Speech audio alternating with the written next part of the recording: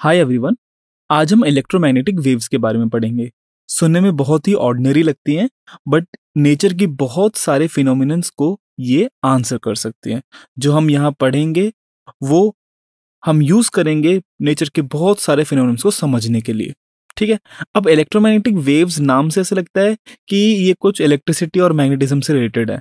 ठीक है। हम रियल लाइफ में इसका कुछ ज़्यादा यूज़ शायद ना हो। ठीक है। बट क्या आपको पता है कि जो रेडियो वेव्स हम यूज़ करते हैं अपने वाईफाई के लिए, या फिर जो यूवी रेज आती है सन से जो कि काफ़ी हार्मफुल होती हैं, या फिर जो विजिबल लाइट है जो कि सबसे ऑर्डिनरी चीज़ है जो हम रियल लाइफ में देखते हैं, या फिर अगर मैं बात करूं एक्स रेज की, या फिर गामा रेज जो कि निकलती हैं जब कोई न्यूक्लियर एक्सप्लोजन होता है जो कि बहुत डेंजरस बनाता है न्यूक्लियर बॉम्ब को, ये सारी चीज़ें एक्चुअली इलेक्ट्रोमैग्नेटिक वेव्स हैं। ठीक है। रेडियो वेव्स भी, यूवी रेज भी, विजिबल भी, एक्स रेज भी और गामा रेज भी। इनके साथ साथ माइक्रोवेव्स भी होती हैं, इनके साथ साथ इंफ्रारेड भी होती हैं। ठीक है। ऐसे ये एक बहुत बड़ा स्पेक्ट्रम है इलेक्ट्रोमैग्नेटिक वेव्स का। ओके। तो इस चैप्टर में हम पढ़ेंगे कि इलेक्ट्रोमैग्नेटिक वेव्स होती क्या है, कैसे प्रोड्यूस होती है, इनकी प्रॉपर्टीज क्या है, इनकी कैरेक्टरिस्टिक्स क्या है, एंड सो ऑन। ओके। तो हमारे लर्निंग ऑब्जेक्टिव्स हैं displacement current, electromagnetic waves and electromagnetic spectrum. ठीक है। तो इलेक्ट्रोमैग्नेटिक वेव्स कैसे प्रोड्यूस होती हैं उसको समझने के लिए हमें डिस्प्लेसमेंट करंट के बारे में जानना पड़ेगा कि डिस्प्लेसमेंट करंट क्या होता है। ठीक है। कहां से आया, क्यों आया। ओके। तो हमारा जो फर्स्ट पार्ट है that is displacement current. Okay.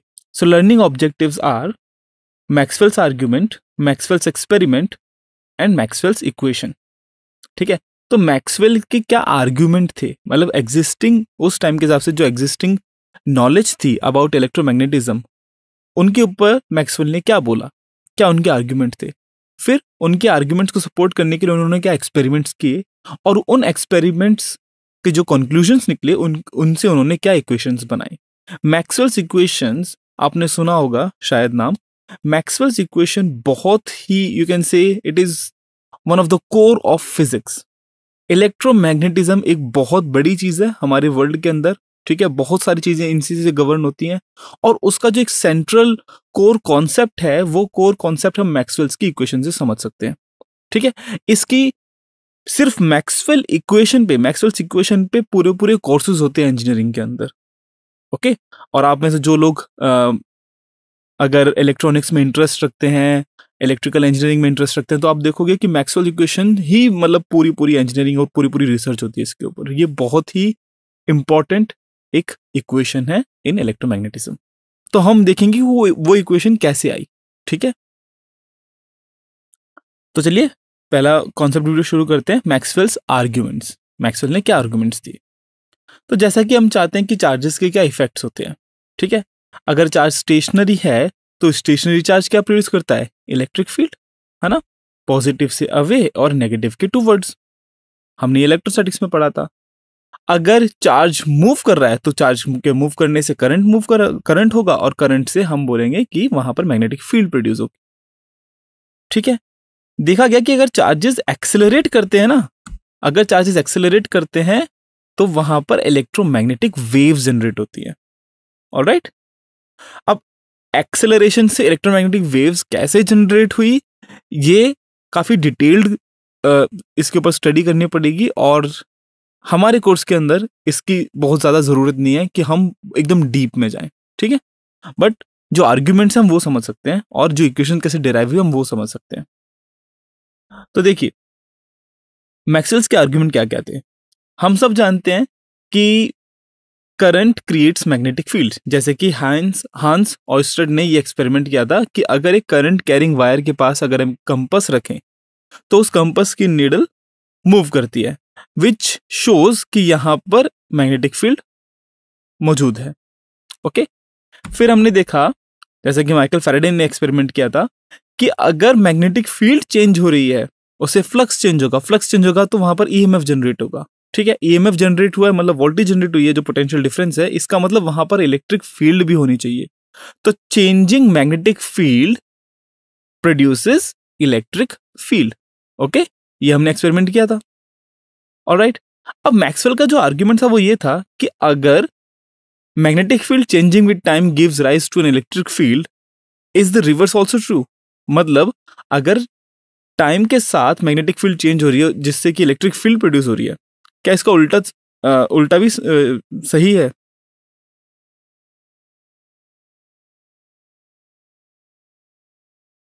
तो अगर टाइम के साथ मैग्नेटिक फील्ड चेंज हो रही है, उससे हमें इलेक्ट्रिक फील्ड मिलती है, तो क्या इसका रिवर्स भी ट्रू है कि अगर changing electric field with time और time changing electric field can produce magnetic field?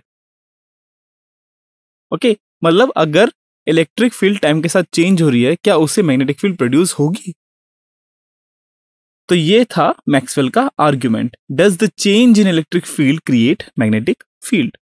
Okay, तो उनका आर्ग्यूमेंट ये था कि यस, ऐसा होना चाहिए कि अगर मैग्नेटिक फील्ड के चेंज होने से इलेक्ट्रिक फील्ड प्रोड्यूस हो रही है, तो इलेक्ट्रिक फील्ड के चेंज होने से भी मैग्नेटिक फील्ड प्रोड्यूस होगी। ओके, और उसके लिए उन्होंने कैपेसिटर्स का यूज किया था। ठीक है, तो अगर मैं बात करूं, मान लो कोई कैपेसिटर को मैं चार्ज कर रहा हूं, ठीक है, अब वो चार्ज धीरे धीरे होगा, तो इलेक्ट्रिक फील्ड भी धीरे धीरे उसके अंदर बनेगी। ठीक है, इलेक्ट्रिक फील्ड भी यहाँ पर क्या है, टाइम के साथ चेंज हो रही है। अगर यहाँ इलेक्ट्रिक फील्ड टाइम के साथ चेंज हो रही है, तो यहाँ पर मैग्नेटिक फील्ड प्रोड्यूस होनी चाहिए। दिस वॉज मैक्सवेल्स आर्ग्यूमेंट, ये मैक्सवेल के आर्ग्यूमेंट थे।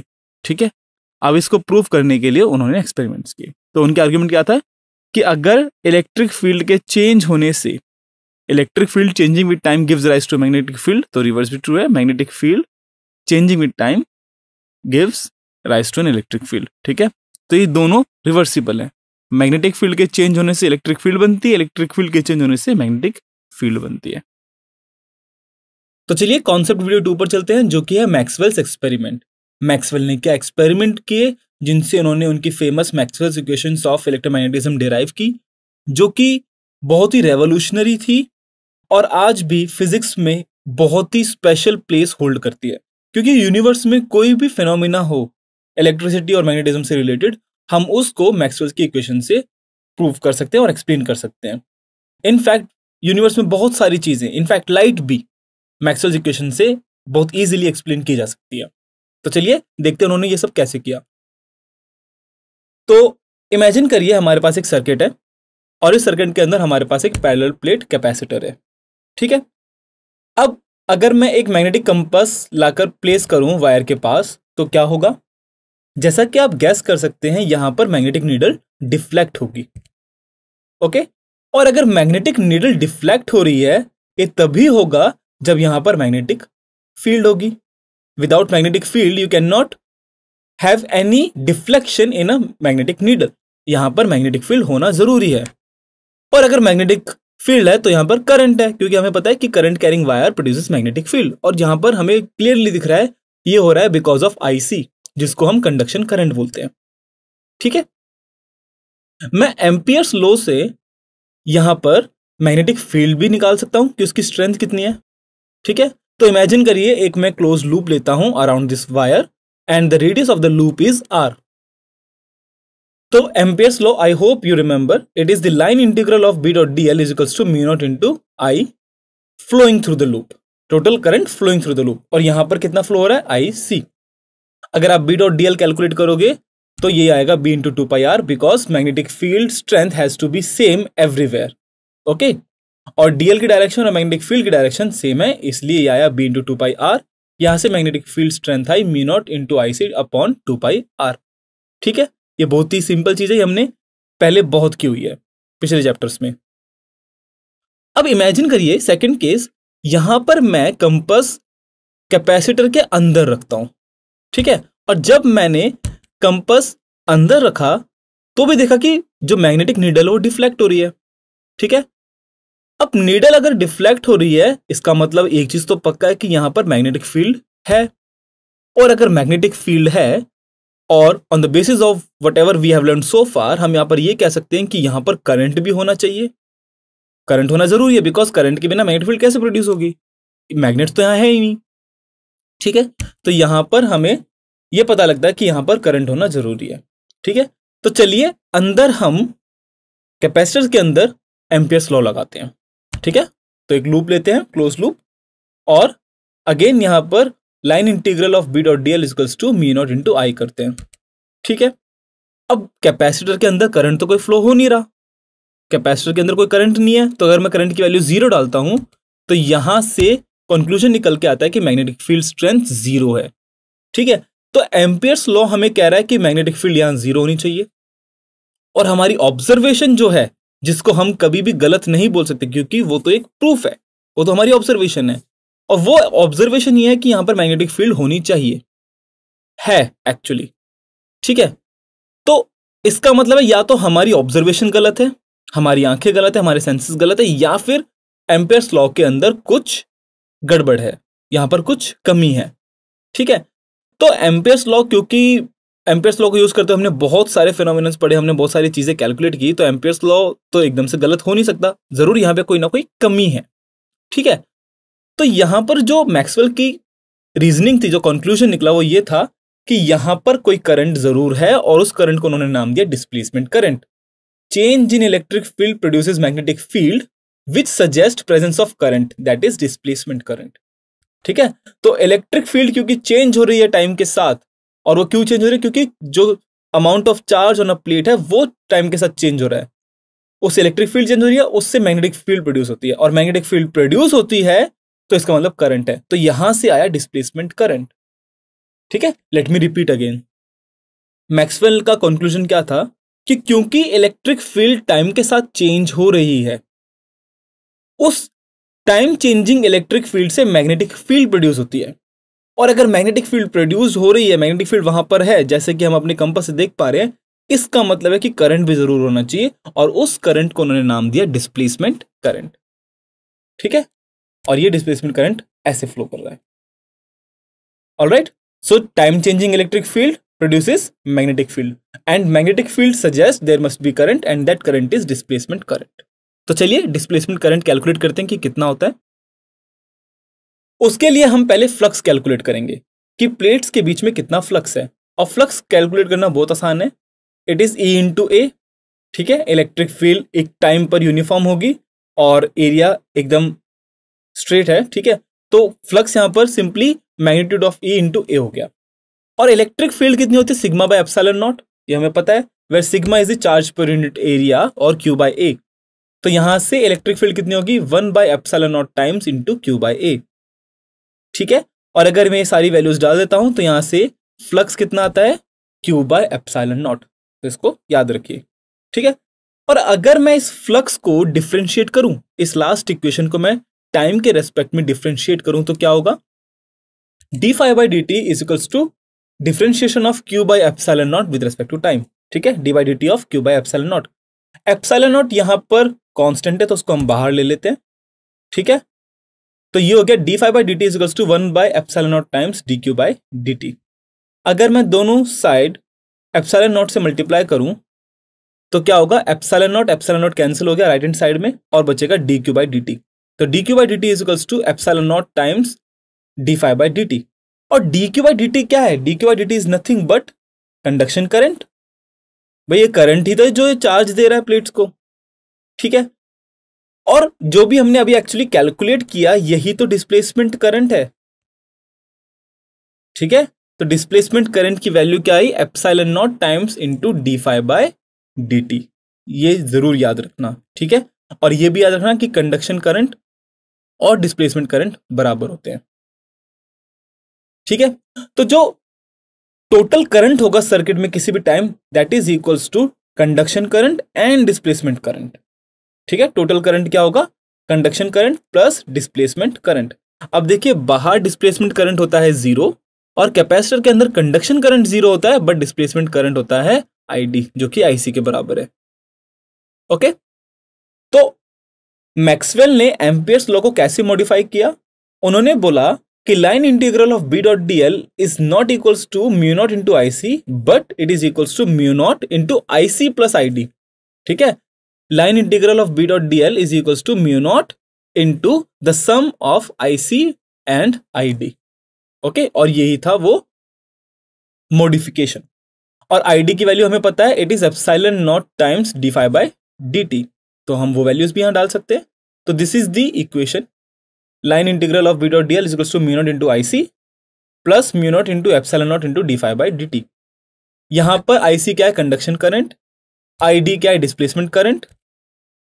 ओके, और डिस्प्लेसमेंट करंट की अगर मैं डेफिनेशन की बात करूं तो it is the current flowing between the capacitor plates without the motion of the charges. ठीक है, देखिए यहां पर सर्किट के अंदर करंट फ्लो कर रहा है, ठीक है, लेकिन कैपेसिटर के अंदर तो एक्चुअली कुछ मोशन हो नहीं रहा, बट स्टिल हम तो बोलेंगे ना करंट फ्लो कर रहा है। ठीक है, तो ये जो करंट है जिसके अंदर चार्जेस एक्चुअली में मूव नहीं कर रहे उसको हम बोलते हैं displacement current. Okay, and it is due to, ये क्यों निकलता है, ये कहां से आता है, ये क्यों ये आता है, बिकॉज वहां पर इलेक्ट्रिक फील्ड टाइम के साथ चेंज हो रही है। ठीक है, और डिस्प्लेसमेंट करंट की वैल्यू क्या है, epsilon naught times D phi by D T. ठीक है, अब फ्लक्स क्या होता है, flux is A into A. ठीक है, और ए यहां पर कांस्टेंट है प्लेट्स का। ठीक है, तो यहां पर क्या मैं बोल सकता हूं कि displacement current is equals to epsilon naught times D by D T into A. ये बहुत ही इंपॉर्टेंट इक्वेशन है, इसको प्लीज याद कर लीजिए और लिख लीजिए। Displacement current is equals to epsilon naught times D by D T into area of the plates. Okay, तो एक कॉन्सेप्ट टेस्ट करते हैं। ठीक है, आर यू रेडी? ओके, तो क्वेश्चन पढ़िए, द चार्ज और a parallel plate capacitor arises as q is equals to q naught cos 2 pi nu t. The plates are very large and close together. Area is A, separation is D. Neglecting the edge effect, find the displacement current through the capacitor.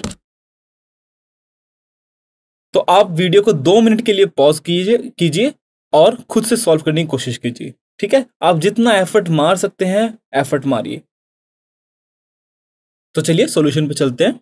I hope आपने अपना पूरा effort मारा है। तो देखिए displacement current का formula क्या होता है, displacement current is epsilon naught times D by D T into area, जैसे कि अभी हमने देखा था। ठीक है, और यहां पर इलेक्ट्रिक फील्ड क्या है, it is sigma upon epsilon naught.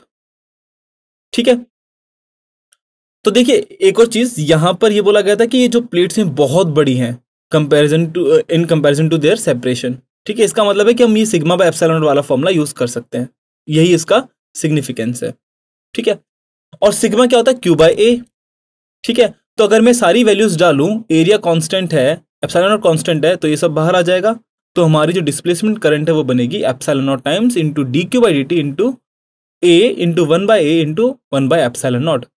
A cancel out हो गया, एप्सिलॉन नॉट कैंसिल आउट हो गया, तो यहाँ पर डिस्प्लेसमेंट करंट क्या है, d Q by D t, और d Q by D t ही है हमारा डिस्प्लेसमेंट करंट। तो क्यू की वैल्यू हम यहाँ डाल देते हैं, which is Q naught into 2 pass new 2 pi, तो क्या हम डिस्प्लेसमेंट करंट की वैल्यू डाल देते हैं इधर Q naught into cos 2 pi nu T, और कॉस का डिफ्रेंशिएशन माइनस साइन होता है, हेंस दिस आंसर। ठीक है, तो displacement current is minus 2 pi nu Q naught into sine 2 pi nu T. तो चलिए CV3 पर चलते हैं, concept video 3, that is Maxwell's equation.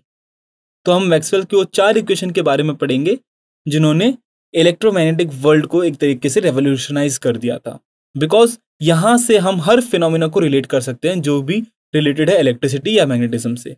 ठीक है, और यहां से हमने जाना था कि इलेक्ट्रिसिटी और मैग्नेटिज्म डिफरेंट नहीं है, बल्कि वो डिफरेंट रिजल्ट हैं, डिफरेंट पार्ट है एक सिंगल फिनोमिनन के, जिसको हम बोलते हैं इलेक्ट्रोमैग्नेटिज्म। ओके, तो जो पहली इक्वेशन है of Maxwell, that is line integral of close integral of E dot D is equals to Q by epsilon naught, जिसको हम गॉसेस लॉ भी बोलते हैं। और यहां से हम ये कंक्लूड करते हैं कि electric field exist due to charge. ठीक है, second is B close integral of B dot D is equals to 0, जो कि है गॉसेस लॉ फॉर मैग्नेटिज्म। और यहां पर हम ये कंक्लूड करते हैं कि magnetic field lines form close loop, because जो भी फ्लक्स बाहर निकल रहा है वही वापस आ रहा है, तभी तो 0 होगा। इसका मतलब क्या है कि जो भी फील्ड लाइंस बाहर निकल रही हैं वो वापस आ रही हैं, hence flux is 0। Third is line integral of E dot D L is equals to D phi by D T, जो कि फैराडेज लॉ ऑफ इंडक्शन में हमने पढ़ा था, और जो कि बराबर होता है EMF के। तो यहां पर हम एक चीज कंक्लूड कर सकते हैं कि electric field is generated due to change of magnetic field. Magnetic field में चेंज होगा तो फ्लक्स चेंज होगा, फ्लक्स चेंज होगा तो ईएमएफ प्रोड्यूस होगा, और ईएमएफ प्रोड्यूस हो रहा है इसका मतलब इलेक्ट्रिक फील्ड आ रही है, बिकॉज इलेक्ट्रिक फील्ड ही तो है जो पोटेंशियल डिफरेंस क्रिएट कर रही है। ठीक है, तो यहां से हम क्या कंक्लूड करते हैं कि electric field is generated due to change of magnetic field. Magnetic field के चेंज होने से इलेक्ट्रिक फील्ड प्रोड्यूस होती है। और अगर आपको याद होगा हमने CV1 के अंदर सीधा यहीं से शुरू की थी कि हमें पता है कि मैग्नेटिक फील्ड के चेंज होने से इलेक्ट्रिक फील्ड प्रोड्यूस होती है। क्या इसका रिवर्स ट्रू है? क्या इलेक्ट्रिक फील्ड के चेंज होने से मैग्नेटिक फील्ड प्रोड्यूस होगी? और हाँ, अभी हमने एक्सपेरिमेंट्स किए थे, CV2 के अंदर भी हमने देखा, और उसकी जो इक्वेशन निकल के आई थी वो ये थी, जिसको हम मैक्सवेल एम्पियर्स लॉ बोलते हैं। एम्पियर्स लॉ की जगह Maxwell Ampere's law, because Maxwell ने यहाँ मॉडिफिकेशन की, और वो मॉडिफिकेशन क्या था कि कंडक्शन करंट अकेला करंट नहीं है, यहां पर डिस्प्लेसमेंट करंट भी होना चाहिए। ठीक है, तो जो टोटल करंट इन सर्किट होता है वो IC प्लस ID होता है, और ID की वैल्यू कितनी है? Epsilon naught times d∅dt। ठीक है, और इस इक्वेशन से हम देख सकते हैं कि magnetic field can be generated by changing electric field. अगर मैं इलेक्ट्रिक फील्ड को टाइम के साथ चेंज करूं तो यहां से मैं मैग्नेटिक फील्ड प्रोड्यूस कर सकता हूं। आप इससे रिलेटेड एक क्वेश्चन कर सकते हैं जो कि एनसीईआरटी में है, एक्सरसाइज 8.1। चलिए PSV 1 करते हैं। क्वेश्चन है, figure shows a capacitor made of 2 circular plate each of radius 12 centimetre and separated by 5 centimetre distance. The capacitor is being charged by an external source not shown in the figure. The charging current is constant and it is equals to 0.15 ampere. ठीक है, तो हमारे पास ये सब data है, हमारे पास radius है plates का, हमारे पास उनके बीच में जो डिस्टेंस है वो है, और हमारे पास जो करंट है जो उनको चार्ज कर रहा है वो भी गिवन है। ठीक है, तो हमें क्या क्या कैलकुलेट करना है? We have to calculate capacitance and we have to calculate the rate of change of potential difference. फिर हमें कैलकुलेट करना है कि डिस्प्लेसमेंट करंट कितना है, कितना डिस्प्लेसमेंट करंट फ्लो कर रहा है, और finally is Kirchhoff's first rule valid at each plate of the capacitor. तो जो किरचॉफ का जो करंट लॉ था, क्या वो वैलिड है यहां पर कैपेसिटर प्लेट्स पर? हमें वो एक्सप्लेन करना है। ठीक है, तो देखिए हमारे पास प्लेट का रेडियस है, प्लेट का रेडियस है तो हमारे पास एरिया है, हमारे पास उन दोनों के बीच में जो सेपरेशन है वो भी पता है, हमें एरिया पता है, हमें डी पता है, और एप्सिलॉन नॉट तो कांस्टेंट होता है। तो यहां से क्या मैं कैपेसिटेंस की वैल्यू निकाल सकता हूं? बहुत ही इजीली निकाल सकते हैं हम। देखिए capacitance is A epsilon not by D, area is πr²। ठीक है, और सेपरेशन हमें पता है, तो यहां से capacitance is very easy to find out and it is 80.1 pico farad. ठीक है, चीजों को उनकी SI यूनिट्स के अंदर डालिए and you'll get this answer. Alright, इसी का सेकंड पार्ट था कि क्या हम dV/dt निकाल सकते हैं, rate of change of potential difference. ठीक है, तो देखिए ये भी बहुत आसान है, हमें पता है कि करंट कितना फ्लो कर रहा है सर्किट में, इट इज 0.15 एम्पियर। ठीक है, और हमें यह भी पता है कि Q is equal to C into V। ठीक है, तो अगर मैं इस इक्वेशन को डिफरेंशिएट करूं तो dQ/dt is equal to C into dV/dt, और dQ/dt क्या है इधर? dQ/dt करंट है जो कि हमें दिया हुआ है 0.15 एम्पियर, और कैपेसिटेंस हमने जस्ट अभी कैलकुलेट किया। तो अगर मैं करंट की वैल्यू डालता हूं 0.15 एम्पियर और मैं कैपेसिटेंस की वैल्यू डालता हूं जो कि है 80.1 पिको फैरेड, जैसे कि अभी हमने कैलकुलेट किया था। ठीक है, तो यहां से जो dV/dt निकल के आता है that is equals to 1.87 into 10⁹ volt per second.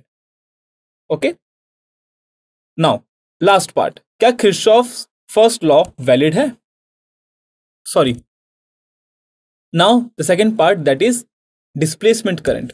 तो डिस्प्लेसमेंट करंट का फॉर्मूला जैसे कि आपको मैंने बोला था याद कर लीजिए, that is epsilon naught into d/dt into area of the plates. Alright, तो यहां पर इलेक्ट्रिक फील्ड कितनी है? Sigma by epsilon not. ठीक है, और सिग्मा कितना है?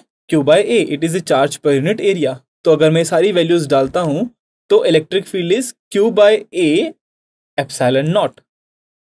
ऑलराइट, और अगर मैं ये इलेक्ट्रिक फील्ड की वैल्यू हमारे डिस्प्लेसमेंट करंट के एक्सप्रेशन में डालता हूं तो क्योंकि एरिया कांस्टेंट है, एप्सिलॉन नॉट कांस्टेंट है, ये सब चीजें बाहर आ जाएंगी डिफरेंशिएशन से, और ए से कैंसिल आउट हो जाएगा, एप्सिलॉन नॉट से कैंसिल आउट हो जाएगा।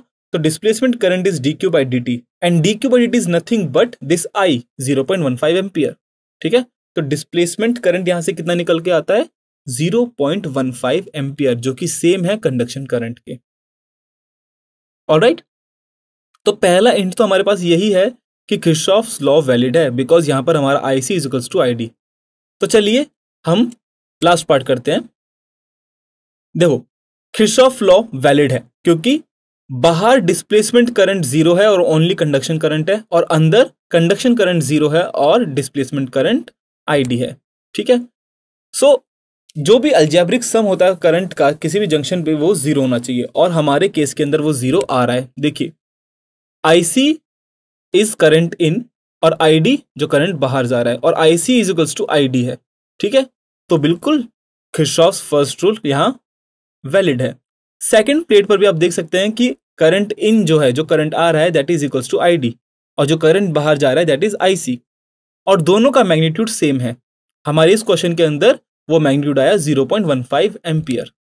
ठीक है, तो yes Kirchhoff's law are valid here. Okay, तो चलिए देखते हैं कि हमने इस पूरे पार्ट के अंदर क्या देखा। Displacement current has same effect as of the conduction current, क्योंकि डिस्प्लेसमेंट करंट और कंडक्शन करंट दोनों ही मैग्नेटिक फील्ड प्रोड्यूस कर रही हैं। ठीक है, तो क्योंकि हमारे पास मैग्नेटिक फील्ड है कैपेसिटर के अंदर, इसका मतलब है कि कोई ना कोई करंट है, और ये जो करंट है ये just like any other current it can produce this magnetic field. Displacement current में B 0 since the electric field does not change with time. ठीक है, अगर इलेक्ट्रिक फील्ड चेंज नहीं हो रही टाइम के साथ, तो वहां पर डिस्प्लेसमेंट करंट 0 होगा। कैपेसिटर को चार्ज करते वक्त डिस्प्लेसमेंट करंट और कंडक्शन करंट दोनों उस रीजन के अंदर मौजूद हो सकते हैं, दोनों एक साथ। Electric field changing with time give rise to magnetic field and consequently displacement current is a source of magnetic field. See, ये सबसे इंपॉर्टेंट चीज है इस पूरे पार्ट का, कि इलेक्ट्रिक फील्ड टाइम के साथ चेंज हो रही है, उससे मैग्नेटिक फील्ड प्रोड्यूस होती है, और क्योंकि वहां मैग्नेटिक फील्ड है, इसका मतलब कोई ना कोई करंट है, और वही करंट को हम बोलते हैं क्या, डिस्प्लेसमेंट करंट। और डिस्प्लेसमेंट करंट का जो मैग्नीट्यूड है it is epsilon naught times into d/dt into area. So that is the end of part 1.